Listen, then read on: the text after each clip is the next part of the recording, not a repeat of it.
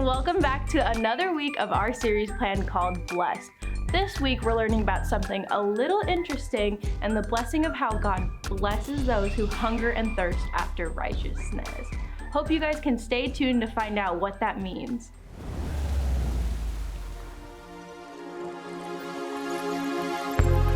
Our struggle is not against flesh and blood. It's against the powers of this dark world. I'm a soldier. Therefore put on the full armor of God, so you can stand your ground. I'm a soldier in the army of the Lord. I'm a soldier in the stand your ground. I'm a soldier in the army of the Lord. I'm a soldier in the army. I got my war clothes on in the army of the Lord. I got my war clothes on in the army. I got my war clothes on in the army of the Lord. I got my war clothes on in the army. I'm a soldier in the army of the Lord. I'm a soldier in the army. I'm a soldier in the army of the Lord. I'm a soldier in the army. I got my breastplate on in the army of the Lord. I got my helmet on in the army. I got my sword and shield in the army of the Lord. His truth is marching on. Bring it on. I'm a soldier in the army of the Lord. I'm a soldier in the army. I'm a soldier in the army of the Lord. I'm a soldier in the army. I'm a soldier. Left, right, left, left. I'm a soldier. Left, right, left. Come on now, left, right, left. I'm in the Lord's army. Yes, sir. I'm in the Lord's army. Yes, sir. I may never march in the infantry, but I'm in the Lord's army. Yes, sir. I'm gonna fight until I die. In the army of the Lord. I'm gonna fight until I die. In the army. Oh, I'm gonna fight until I die. In the army. Oh, I'm gonna fight until I die. Oh, yeah. Soldier in the army of the Lord. Soldier in the army. I'm a soldier in the army of the Lord. I'm a soldier in the army. Stand your ground.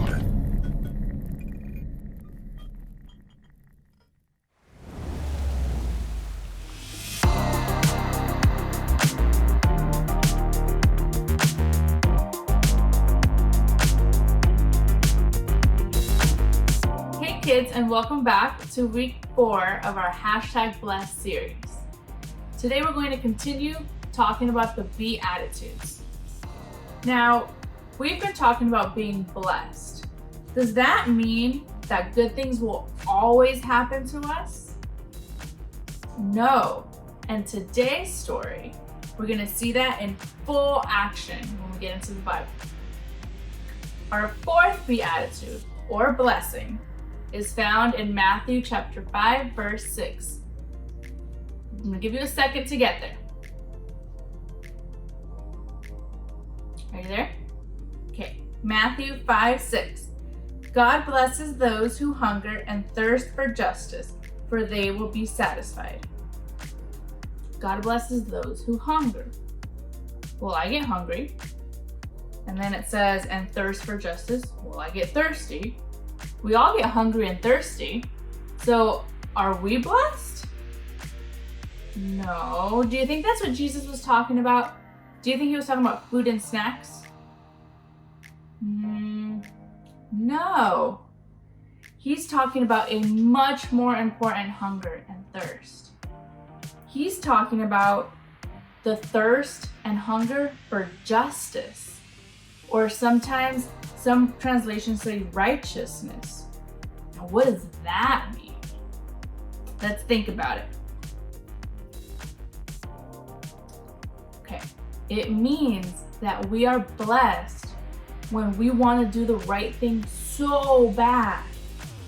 Like, if someone has a piece of food, like a cheeseburger, or some Pop-Tarts, or your favorite snack right in front of you, and you're so hungry, you want it really, really bad. Well, that's what the thirst and hunger for justice looks like. We should always be longing to do the right thing. Now today, we're gonna look at a man in the Bible who had this hunger and this thirst and who loved God so much that he always wanted to do the right thing, even if it meant that he would have to risk his own life to do it. For that, we're gonna turn to Daniel chapter 6, verses 1 through 23. Today's a little different. We're gonna watch it. Stories of the Bible. Daniel in the Lion's Den. This is Daniel, Oh, hey! who was a Jewish man who was taken to Babylon when he was very young. Yeah. Daniel loved God and followed God's rules. He talked to God 3 times a day and asked God for help often. Daniel served in the Babylonian king's court for many years Yeah, I know him. and under many kings. Hey, Daniel. Daniel always proved himself to be more capable than all the other court officials. Nice you, huh? Thanks. Well, anytime. Daniel was serving under King Darius, and because of his great abilities, the king made plans to place him in charge of the entire empire. Wow, okay. The other court officials searched for some fault in Daniel, but they couldn't find anything wrong with him. He was faithful, responsible, and completely trustworthy.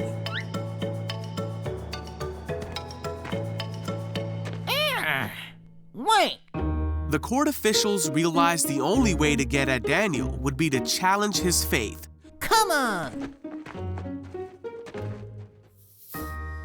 So they went to King Darius Excuse me, Your Majesty. and advised him to make a law that for the next 30 days, any person who prays to anyone except King Darius will be thrown into the lion's den. I like it. King Darius signed this law, and once a Babylonian king signed a law, it could not be overruled. When Daniel learned of this law, he went home and knelt down, as he always did, to pray in his room with the windows open towards Jerusalem. He prayed 3 times a day, just as he always had done, giving thanks to God and asking for his help.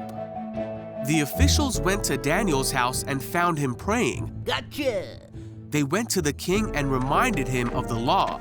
I remember. Well, Then they said that Daniel had been found praying to God 3 times a day. What? When the king heard this, he was very upset, Get over here. and he spent the whole day trying to think of a way to save Daniel. wait, what? By that evening, the court officials came back to the king and reminded him that no law signed by the Babylonian king could be overruled. So at last, the king gave orders for Daniel to be thrown into the lion's den. The king said to him, "May your God, who you serve faithfully, rescue you." Then the lion's den was sealed shut with Daniel inside. The king spent the night fasting and couldn't sleep. Then very early in the morning, the king hurried to the lion's den. He called out, Hey, Daniel. "Was your God able to rescue you from the lions?"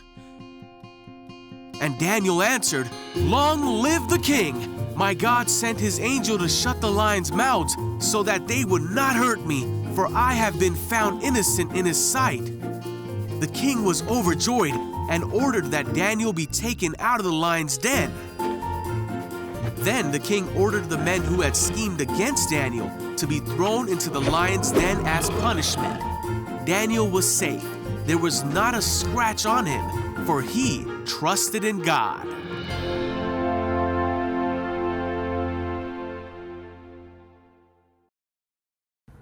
whoa. What seemed like such a terrible and scary situation for Daniel turned out to be a huge blessing. God used it as a way to show that Daniel was blessed because he trusted in him and he wanted to do the right thing so bad, he never hesitated. He continued to pray and trust in God even when his life was on the line. Literally on the line. Okay, now how can we apply this to our lives? Because I don't think I'll see myself in a den full of lions. I hope not. In our lives, we can see it a little differently. Who has ever been outside at the park, playing really, really fast, running around, throwing the ball, kicking the ball, doing handstands, doing jumping jacks, doing all this activity? Now, what happens at the end? You get really thirsty, right? Everyone rushes to the water fountain or asks for a cup of water or goes towards their bottle because that's what's natural. Now, how bad do you want that water or that Gatorade after you've been running all day? Really, really bad. Now ask yourself, do you crave that to do the right thing? Do you crave doing the right thing that bad? Or do you want to do things for God that bad, even when it's not the most popular thing to do? Do you? Just like we need food and water for our everyday life and how we like to feel satisfied physically, we need that in our spiritual life too. And God will help us make the right choices when we put our trust in Him. He'll bless us when we trust Him, when we desire to please Him and to do things for Him. He helped Daniel get out of the den full of lions. And he made the right choice in a very difficult situation. So we need to continue to pray that God will help us make the right choice in difficult situations. So always hunger and thirst for God, because those are the ones that are blessed. Good morning, everybody. How are you doing today? We just woke up. Well, I hope that you're doing #blessed. Hey, Ellie Mae, how was the beauty pageant? Huh? The beauty pageant? Last week? How did it go? Oh, sorry, I'm just so hungry I can't concentrate on anything. Okay, well, how did it go? Did you do well in the pageant? Well, I reckon it went pretty well. I got second place, but back to the matter at hand. I'm so hungry. I could really go for some fried chicken, some mashed potatoes, biscuits and gravy. Oh, I'm so hungry. Wow, well, that's great that you got second place. That's really good. I'm proud of you. Thanks. Now, where can I get some good southern food around here? I'm so hungry I could eat a horse. You know, I'm picking up on the fact that you're a little bit hungry. When was the last time you ate? Well, I don't even know. I mean, when I left here last week, I was so focused on getting ready for the pageant. It's been a good few days since I've had a good meal. Wow, that's a long time. It sounds like you probably should get something to eat. You know, I got a snack right here, actually. This will tide you over until you can get, a real meal.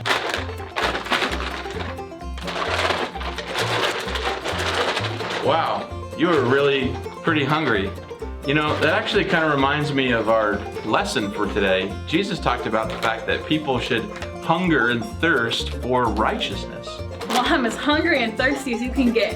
Well, that's not exactly what Jesus was talking about. He wasn't talking about being hungry and thirsty for food. He was talking about being so desiring to do the right thing that you're like someone who's really thirsty or really hungry. Oh, I never thought of it that way. I wonder if I'm as hungry and thirsty for doing the right thing as I am for food right now. I gotta go think this over a big old bowl of mac and cheese. I gotta go churn some butter. I'll see you next week. Churn some butter. Alrighty. All right, guys, we are halfway through our series on blessed, on the Beatitudes. So let's start with some review questions and see if you were paying attention. Number 1, who did Jesus say would be blessed in his 4th Beatitude? What do you think? The answer is those who hunger and thirst for justice. Okay. Number 2, what will happen to those who hunger and thirst for justice? What do you think? Any ideas? The answer is they will be satisfied. All right, good. Next one. What would happen to someone who prayed to anyone besides King Darius? So you have to been paying attention to this lesson about King Darius, okay? What would happen to someone who prayed to anyone besides King Darius? All right, good answers. They would be thrown into a den of lions. All right, next one. What did Daniel do when he heard about the king's new law? Okay, he continued to pray to God 3 times a day. Good. Last one, of course, you know what it is. It's the same each week. What is today's takeaway? What were you supposed to gather from this lesson that you listened to? I should want to do the right thing every single day. Good job, guys. We'll see you next week.